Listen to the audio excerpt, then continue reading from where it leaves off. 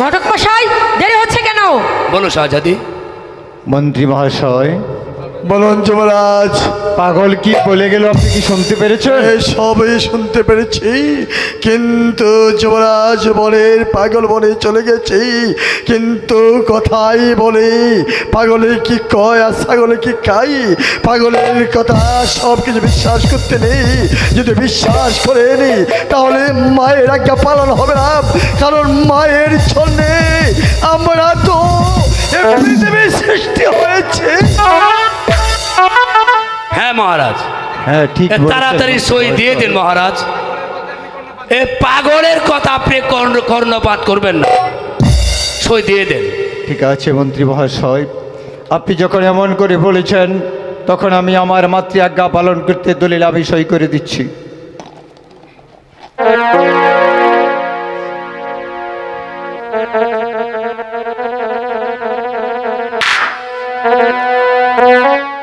এই নিন শর্মা ঘটক।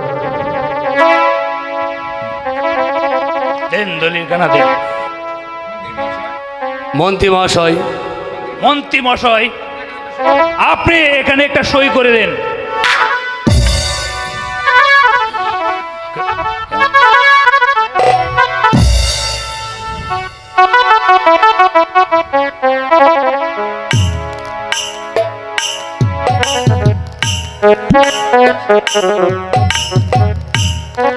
নেন শাহজাদি। দিন।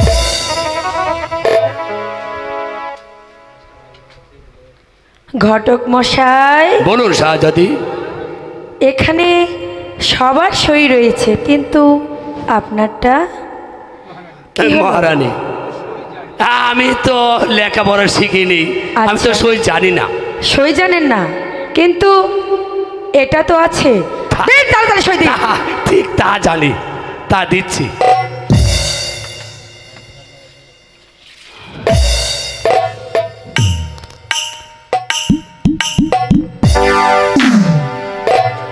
নেন। হ্যাঁ, এবার বিবাহের কাজ শুরু হতে পারে। এ কে আছিস? দাসী গিয়ে রাত দরবারে পাঠিয়ে দে।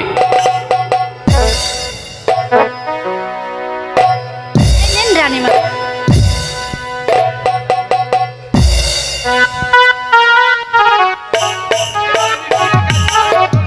এবার আমি বিয়ের কাজ শুরু করলাম। বাঁশ কাটিলাম, বেতা তুলাইলাম,